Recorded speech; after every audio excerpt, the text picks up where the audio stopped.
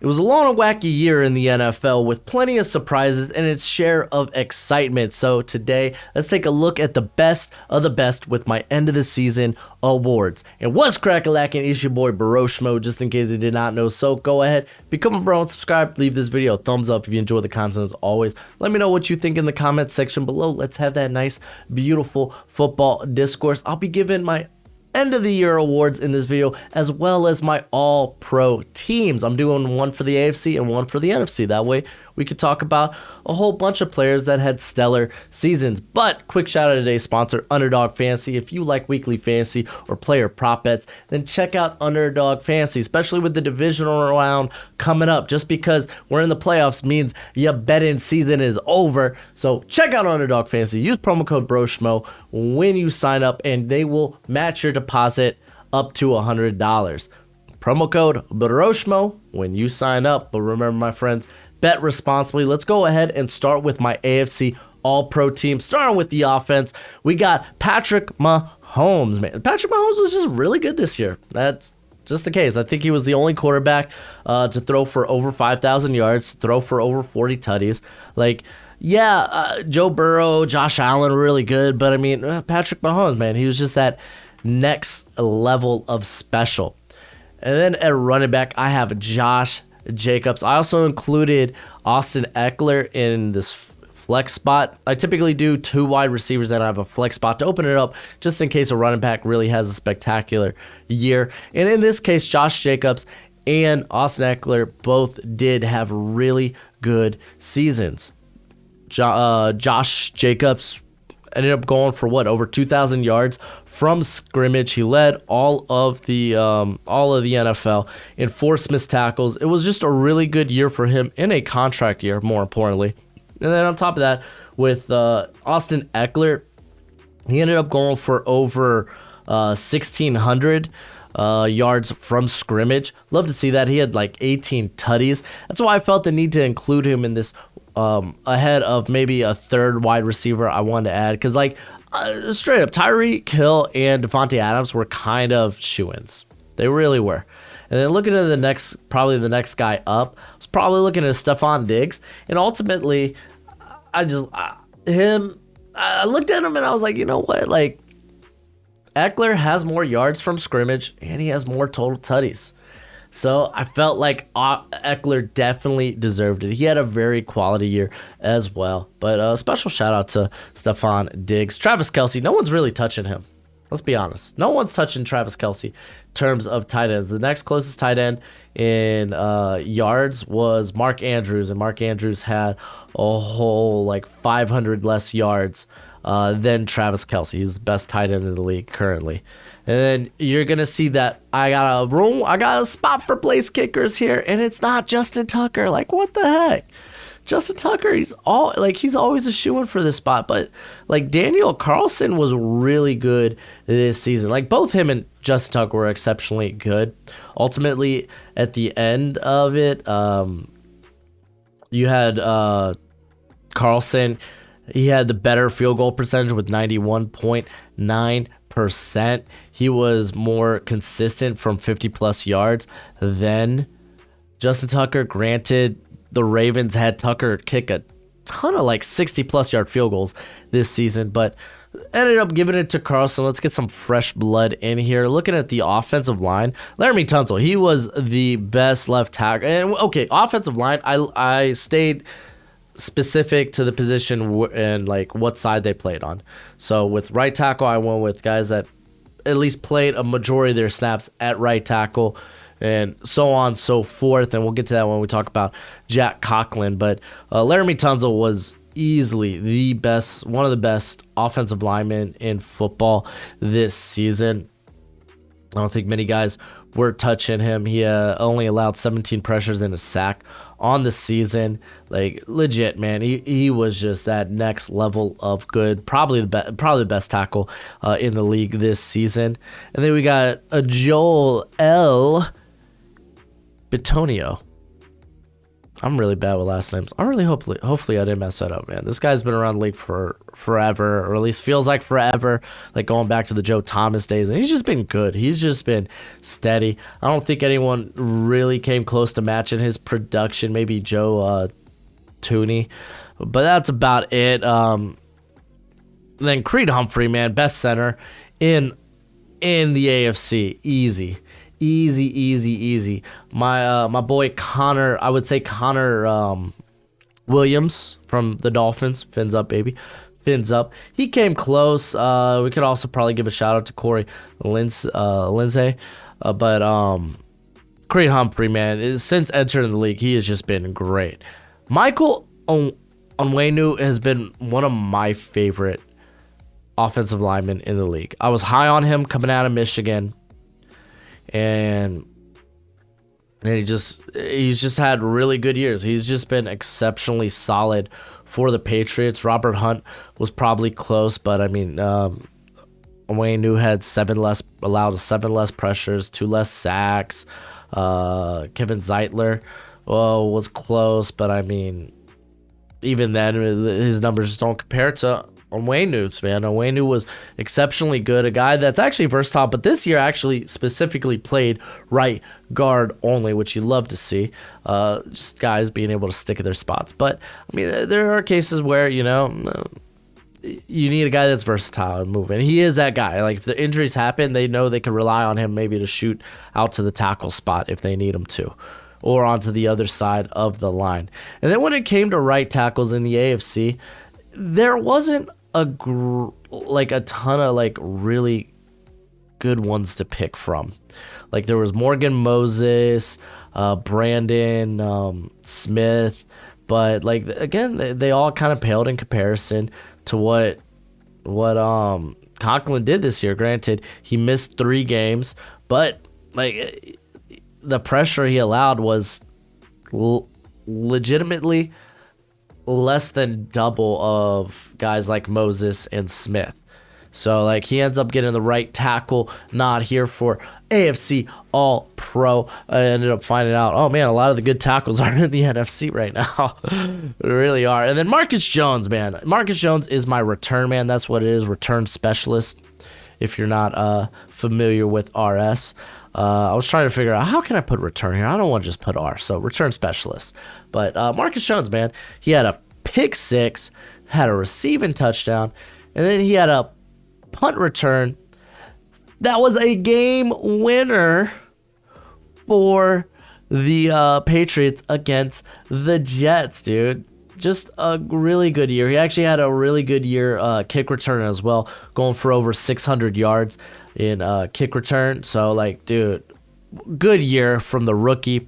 The Patriots actually got really good, I would say really solid production from a lot of their rookies, like Jack Jones, like Cole Strange I thought was relatively solid for a rookie. But, I thought reasonably Marcus Jones was probably one of the better performers. I knew he was gonna come in and be a really good return man.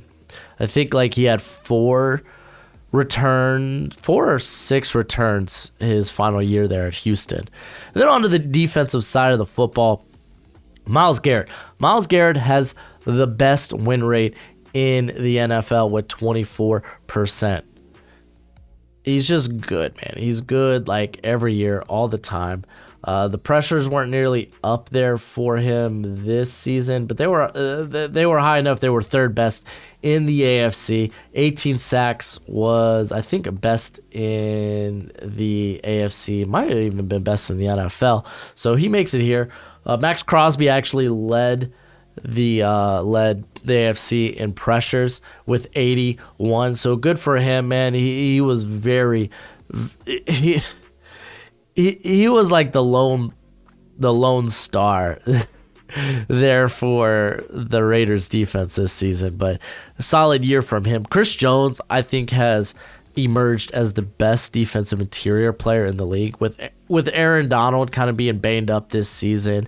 Chris Jones is kind of taking that spot. He was actually 2nd in the AFC in pressures. He ended the year with 15 sacks. Matter of fact, pretty sure his win rate was above 20. That's ludicrous for a guy that primarily plays on the interior. He only kicked to the outside 90 times this season. So, like, pretty darn solid. This second spot was a lot closer, like, when it came to the defensive interior. And I ended up going with Quinnen Williams over Cameron Hayward. Cameron Hayward was initially who I had penciled in here. But, like, going back, looking, Hayward did play more snaps. It ended up having more pressures and more defensive stops than Quinnen Williams. But, like, it's not like Williams was far behind him, and he played 100 less snaps than Cameron Hayward. So, like, Quinnen Williams really emerges here. That's a guy that's about to get a bag. About to get a bag when he becomes a free agent. Linebackers, I'm not going to lie to y'all, man. Linebackers in the AFC were kind of hard to come by. It wasn't, like, spectacular. I would say Matt Milano was an obvious choice. I think he's easily been probably the best linebacker in the AFC. This is a guy that was solid in coverage. He did exceptionally well. He's always been an exceptionally good blitzer. I believe he was third among linebackers in the AFC with pressures. But having that 5 pass breakups, 3 interceptions, a 72.9 catch rate allowed, no touchdowns allowed in coverage was just exceptionally solid.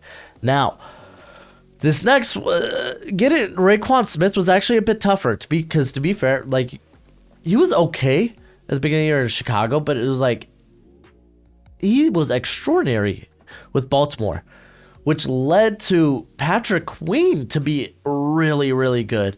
As they used Patrick Queen more as a blitzer this season, which you love to see. He actually led the AFC in pressures and I believe sacks from the linebacker position. But a lot of that I thought really was because of the addition of Raekwon Smith. He really, really juiced up this Ravens defense. So he ends up making it here for me.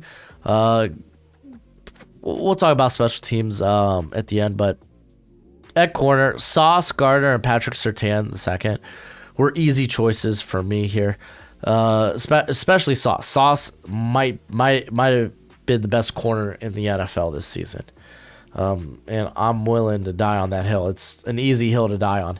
He led, or at least he was tied in pass breakups with 14 on the season. I know some of y'all are gonna be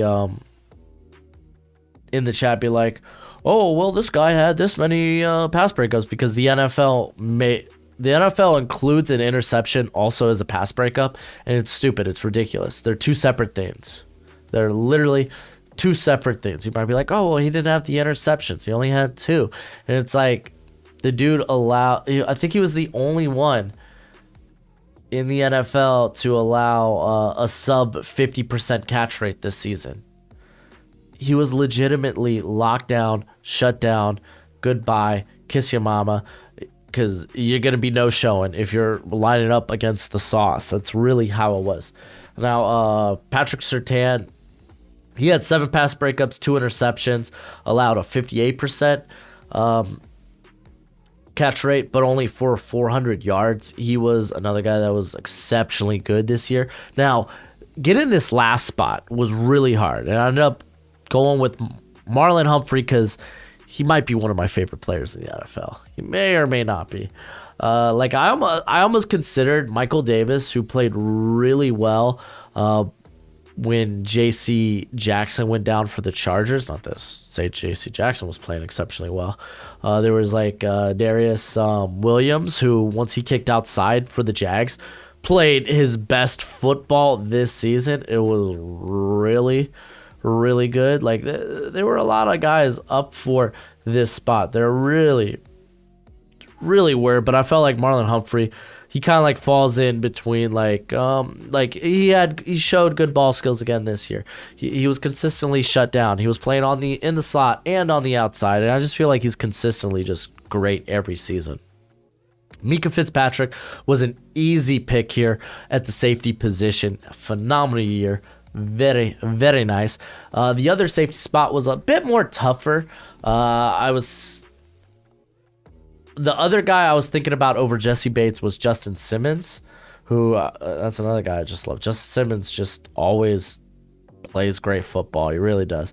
But I ended up leaning on Jesse Bates.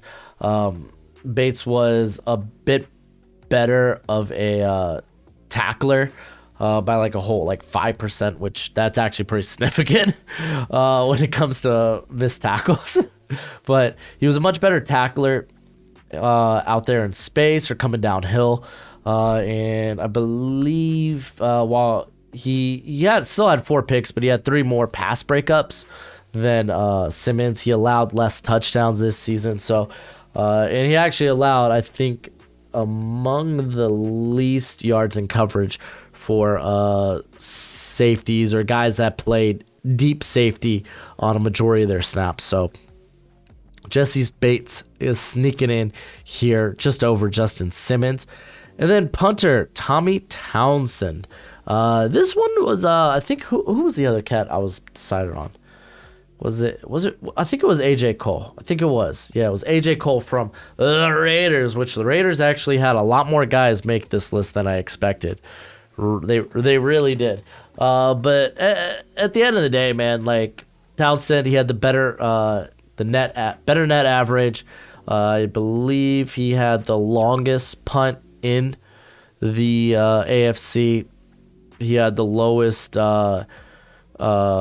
percentage of, or he had a lower percentage of punts that were returned, which that's great. That means he's getting exceptional hang time. Fun fact, he led the NFL in hang time. So he makes it here. And then for my special team player, it ended up being Andrew Wingard. Another guy that I actually really like there, Jacksonville. He's actually a quality reserve too, if they get injuries at the safety position. But he was tied for the most special team, or no, he was second for the most special team tackles in the NFL. But he had far less missed tackles than the 2 guys ahead of him. So just exceptionally solid from him.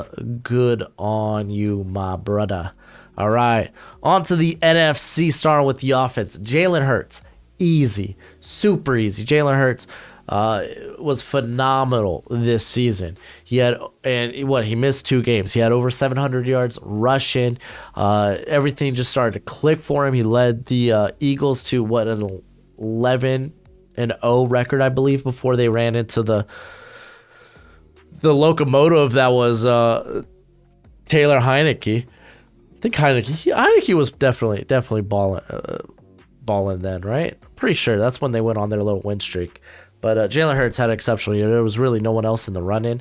And then for running back, I ended up going with Christian McCaffrey. I think he came close to getting over 2,000 yards from scrimmage, while he didn't necessarily lead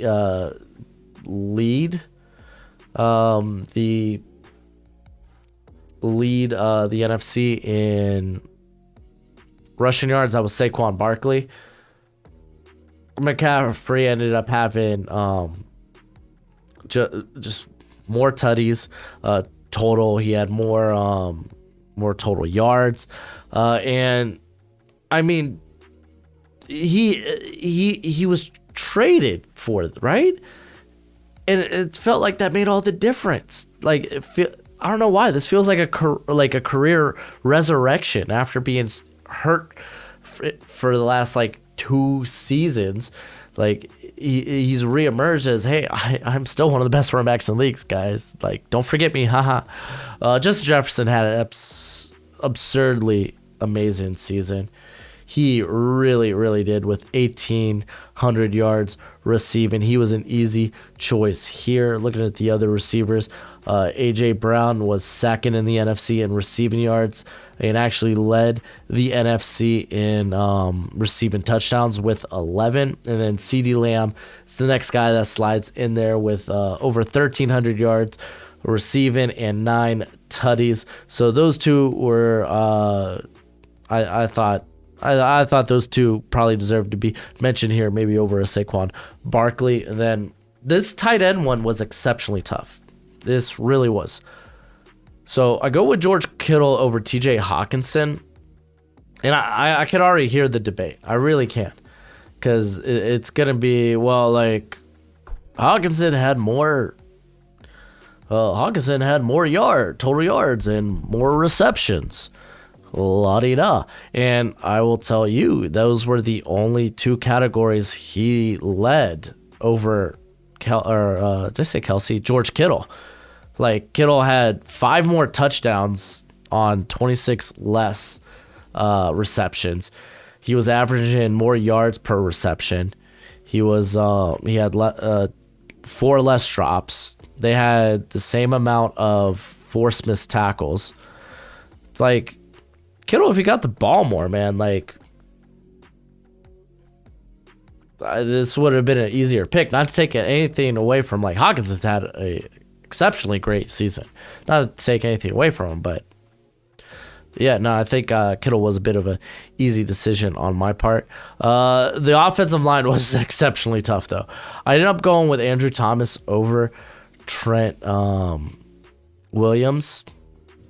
Like I said, it was an exceptionally tough call here. And like ultimately what it came down to was I think Thomas played 2 more games and ended up having, he had only a couple of more pressures allowed, Thomas, but he wasn't penalized as much, and actually his win rate was actually slightly better than Trent Williams this year. So I ended up giving the edge to Andrew Thomas. And remember, I can't throw Trent Williams at right tackle because he didn't play right tackle at all. Now you'd be like, Eldon Jenkins, what the heck? Like, this dude only played 600 snaps at left guard. Well, that's because they had him at right tackle for almost 350 of the other snaps. So it was like, when I was looking at like I think the only other guard that I had up here that I was like, you know what, these are the 2 guys that are probably fighting for the spot was, thank you for your input, Gojo, Landon Dickerson, but the dude had 14 penalties this season. That's ludicrous. That's ridiculous. So, like, I ended up giving it to Jenkins. Like I said, man, like, he still played a grip along the line, and a majority of his snaps did come at left guard. At center, this one was easy. Jason Kelsey is just on another level. Them Kelsey brothers are built different. You could say the same thing about Chris Lindstrom. He had a phenomenal season, and it was much better than anyone else there at the left guard position or the right guard position in the NFC. And then at right tackle, I ended up going with Lane Johnson. I think he edged out Trenton Wirfs because Wirfs ended up missing 2 more games than Johnson. But even then, it's really a toss-up. I think they both had very comparable seasons. They're both the best at their position. What can I say? Now, when it comes to kicker, I went with Brett Mayer, and you don't like my pick at kicker? Okay. Well, let's talk about it, because this one was actually real close because I was between Graham Gano and Matt Gay from the Rams. Because they all have very similar stats. Both, all of them were over 90% in terms of field goal percentage, and all of them hit either 7 or more field goals. It was just Mayer had 7 or more field goals from 50 plus. Just Mayer had more attempts from 50 plus. And I ended up leaning Mayer because he was the only one to hit a 60-yarder this season. So if you want to be like, well, Gano was exceptionally clutch, I get it. If you want to put Gano here, that's fine. This isn't the hill I'm going to die on. In terms of return men for the NFC, Nixon was just freaking amazing for the Packers. For an offense that was really sputtering and just having problems moving the football, Like he consistently put the Packers in good field position. He was the only one in the NFL with over 1,000 kick return yards. So good on you, bruh. Good on you. All right, on to the defense. Got Micah Parsons and Nick Bosa. These guys are just monsters. Excuse me, they really are. When it came to win rate, Nick Bosa 24%. It might as well round up. It's like 0.8 away. So Nick Bosa 25%, Parsons 23%. They're literally first and second. They were first and second in pressures this season. They were constant disruptors. So yeah, they were kind of easy picks for me. Dexter Lawrence was also an easy pick for me as well. He's just had a phenomenal season. I think he led defensive interior in pressures. Let me just confirm real quick. Yes, he did. He led defensive interior defensive interior players in pressures and in sacks. Matter of a fact. Yeah. No. He was edged out by a couple of other guys. My mistake. The second spot, I ended up going with Javon Hargrave. I contemplated putting potentially J.J. Watt there. J.J. Watt, I thought, had a really good year. What a swan song for J.J. Watt. We'll talk about him a little bit later, but what a swan song for him. But Jonathan Allen kind of cooled off near the end of the season. So I was like, you know what? I'll lean with Graves. Man, because like I think he was the better guy against the run this season. At linebacker, another one. I felt bad. I ended up leaving out guys that I really liked. And like Fred Warner. I was really having like I was trying so hard to talk him into this because like he totally deserves to be here. He really does. He totally deserves to. But yeah, I think Bobby Wagner, it was just your typical Bobby Wagner goodness. Only allowed 1 touchdown in coverage, had 3 pass breakups, 2 interceptions, 20 pressures, 50 defensive stops. He was just his usual good self. TJ Edwards, despite not being like the most athletic guy, was phenomenal. Didn't allow a touchdown this year. Allowed a catch rate of 65.7%, 7 pass breakups, over 50 stops. He had a 9% missed tackle rate, 11 pressures. Like the dude was just so good. That's really what it came down to, man. Fred Warner was my next guy up. Levante David was also close. But yeah, it's tough choosing these lists, man. It really is tough trying to narrow these down. And we could talk about the corner position because that one was tough for me as well. I ended up going with Tyreek Woolen, James Bradbury, and Patrick Peterson. Patrick Peterson, another guy having like a career revival there in a contract year for him in Minnesota. It felt dirty leaving Jalen Ramsey out because like he's one of like the best run defending corners in the league, and it was just he allowed 7 tutties this year. He allowed over 700 yards this year. So I was like, you know, I want to go with these guys that were a bit more shut down. And to be fair, Tyreek Woolen was more of my ball skills guy, as he had 9 pass breakups and 6 interceptions on the season, allowed a completion rate of 56%, very solid. Sorry about that, Gojo. And then James Bradbury led the NFC in pass breakups with 12. He was one of the few guys with under 450 yards allowed in coverage this season. So, side clue to him, Darius Slay had a bit of a rough go at the end of the year. He just didn't finish quite near the top as I expected him to. But Patrick Peterson was also another guy that was exceptionally good. If you look at him, he had 5 interceptions, 9 pass breakups, allowed just a little over 500 yards. He was one of the better run defendant corners in the NFL. So went with him, but like it felt dirty, man. I felt like I left a lot of good guys off the list, but I mean, again, that's kind of what you have to do. I think Carlton Davis had a pretty solid year. Jair Alexander had a really good year, so it's like, what can you do about it? And then I'm like, dude, how did the secondary make it here for Seattle? And it's like, I mean, to be fair, man, that cornerback 2 spot was getting beat up this season. It really was. Also, a lot underneath from the linebackers. They don't have the best coverage linebackers in the world, and they don't have like the best pressure rate. They're kind of a middle of the pack team when it comes to creating pressure. But like Ryan Neal had, I think, a breakout season. Like this guy should be your starter at safety. Him and Quandre Diggs had really good years. Ryan Neal, he may have only had 1 pick, but he allowed the least in, or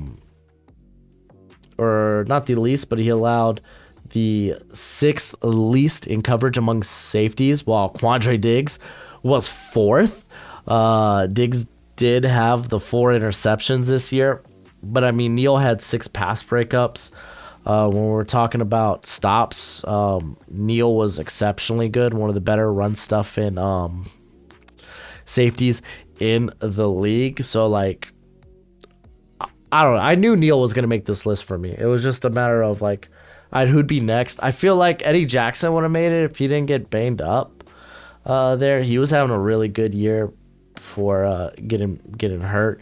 Some people might be crying like Kirby Joseph. Kirby Joseph allowed a lot of tutties. Like he was good down the later part of the year, but calm down. Cameron Curl had a really good year. It's just like, man, I just can't include everybody.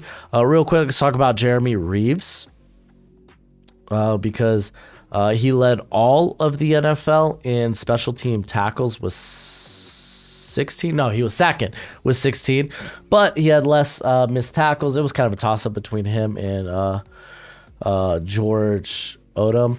And then my selection for punter, and this got real specific with Mitch Wishnowsky at San Fran. Like this one was a tough one to narrow down as well for me.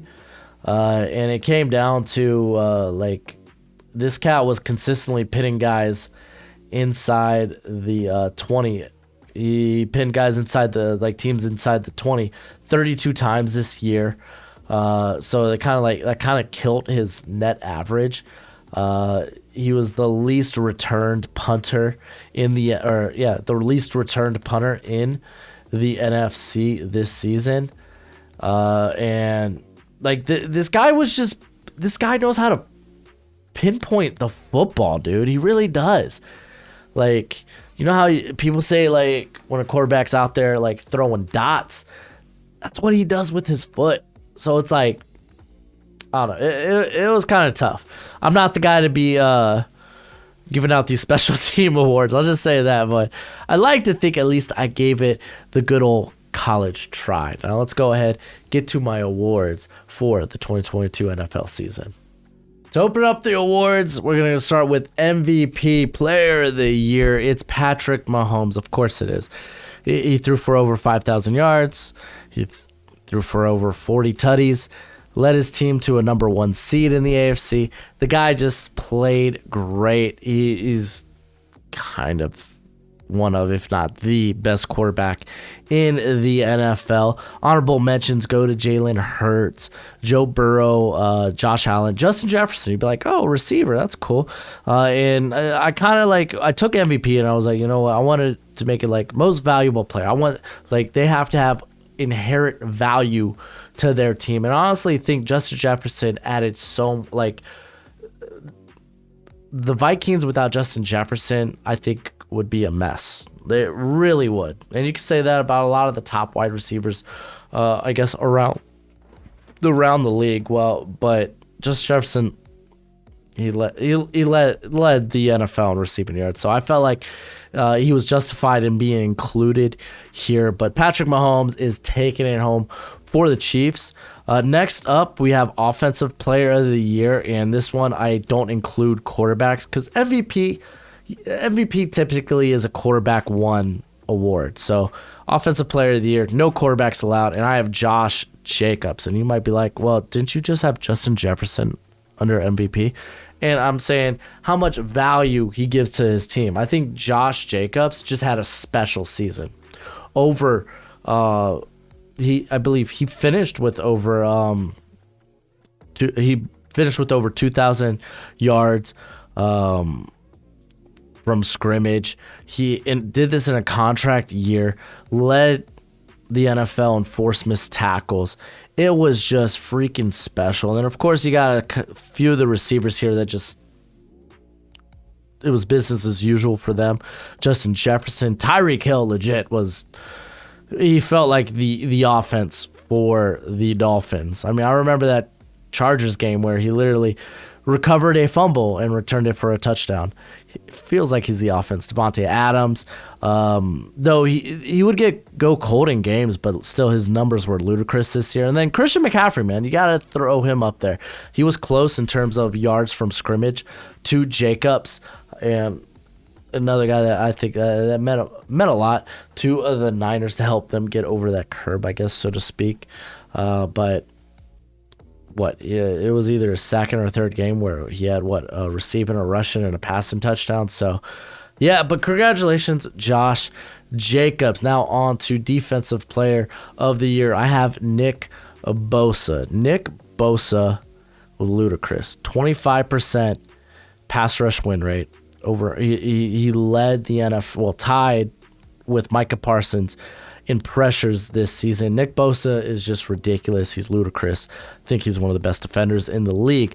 Micah Parsons, again, had a great year. He is that generational talent that people talk about around draft time. He is that. Chris Jones, again, another guy that has emerged as like Aaron Donald. Take it easy this year. I will take your spot. But he's a guy that's been very underrated for too long because of a guy like Aaron Donald being in the same era as Aaron Donald. Straight up, I think Sauce Gardner was the best corner in all the NFL this season. And I mean that. Straight up. And we'll talk about him later. Myles Garrett, another guy that, again, he led the AFC in pass rush win rate. I think he led the AFC in sacks. So he makes the honorable mentions here. But congratulations, Nick Bosa. Now let's get to my rookies with Offensive Rookie of the Year, Brock Purdy. And you might be like, you're crazy. This is ridiculous. And I'd be like, this has been a special year for Brock Purdy and how much he has meant to that San Francisco team. Like, legit. Like, he is already, like, statistically, he's the best rookie quarterback. Sorry, Kenny Pickett, though I think Kenny Pickett was fire down the stretch. I really do. Why he gets it over guys that had really good years like Garrett Wilson, Kenneth Walker, Tyler Algier, Chris Olave is just because Purdy came in to this season. Like, well, I think he was initially a practice squad. He was Mr. Irrelevant, the last pick in the draft. Trey Lance goes down to injury. And then Jimmy G goes down to injury. And Brock Purdy's like, you never want to lose again? Yeah, I know he's surrounded by a lot of talent.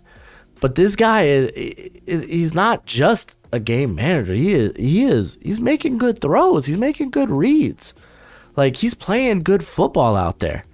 This guy literally, I think, just played himself into the starting quarterback job for the Niners next season. Like, I think there's going to be a legitimate quarterback battle between Trey Lance and Brock Purdy.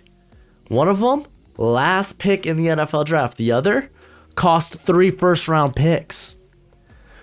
You tell me he's not Offensive Player of the Year. I'm just saying. Garrett Wilson, phenomenal year. Him and Chris Olave, he just edged out Olave in receiving yards. I think Olave, if he wasn't banged up to end the year, he would have probably had more receiving yards than Garrett Wilson. But Olave does have the better quarterback throwing him the football, and his quarterback's Andy Dalton, which that says more about the Jets' quarterback room.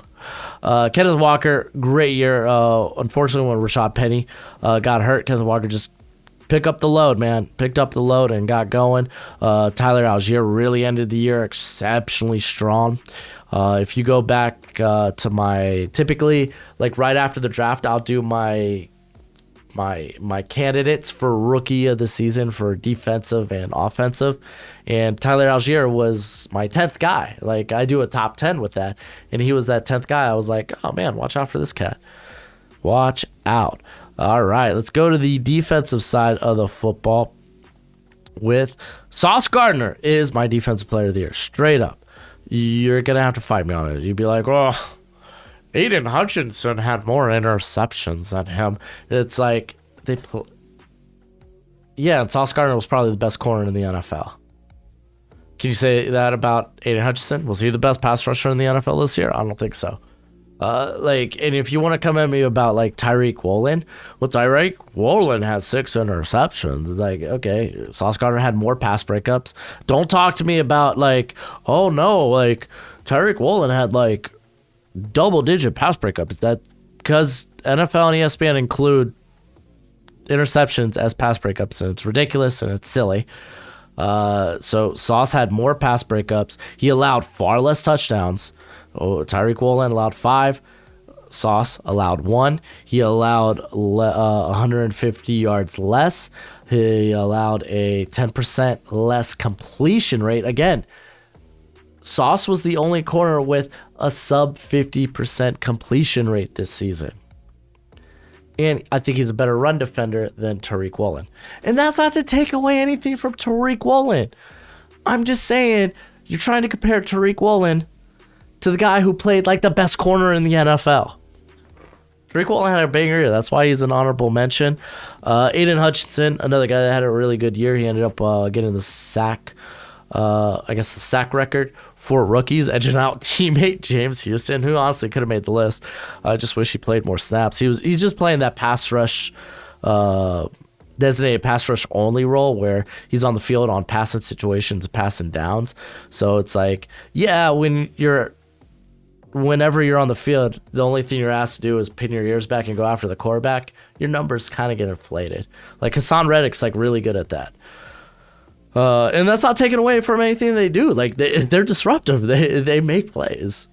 Kayvon Thibodeau, you might look at his numbers and be like, but if you watch the film, you know this guy opened up so much of the offense or the defense for the front of the Giants. Like this dude was phenomenal. And then Jalen Pitre, he may have had like a 20% missed tackle rate, which is you don't want to see it, but this man was everywhere. For a guy who mainly played deep, to have over 100 tackles, like easy, have over 100 tackles easy, is pretty extraordinary. This guy just has a natural nose for the football. And now finally, comeback player of the year. Congratulations to Geno Smith. Geno Smith had a special season. He really did. A season far better than any other season in his career. And this is like his 11th, 12th season.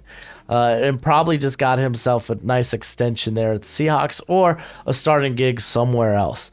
While I will say the later half of the season, he kind of reverted back to old Geno, being a little bit more mistake prone. I thought he played exceptionally well in the playoff game against the Niners. I think Geno Smith just had a guy who everyone looked at just like, yeah, he's probably a middle of the road backup to like playing at a top 10 level. I think that's well worth comeback player of the year. Saquon Barkley obviously coming off the injury. You can say the same thing about Christian McCaffrey and actually the other guys in this list too. JJ Watt, who missed half of the season last year, then came back in his retirement season, his swan song, and had a phenomenal year. Almost made my all-pro team. And then Cam Akers, who probably had the most interesting year out of anyone on this list. Because keep in mind, I think he tore his ACL, and we're talking about this last season, tore his ACL in July, but came back for the playoff run for the Rams. Wasn't that effective, but it helps them win a Super Bowl. He played a part in that. And then comes into this season, ends up losing the starting job, requests to be traded, doesn't get traded. They decided, okay, we'll try to work things out, and ended the year on a hot streak. I think he deserves to be an honorable frickin' mention. What a roller coaster of a year for Cam Akers. But Geno Smith, congratulations. You are my comeback player of the year. And that's it for the video. Go ahead, do the YouTube thing. Thought this would be kind of a fun idea. It's just me kind of like talking and whatnot. So, yeah, let me know who are some of the guys you think probably should have been mentioned. Like I said, when you do list stuff like this, guys are going to end up being left out. But we can talk about them in the comment section below. But that's it for the video. Go ahead, do the YouTube thing. And as always, until next time, you be easy, my friends. Later.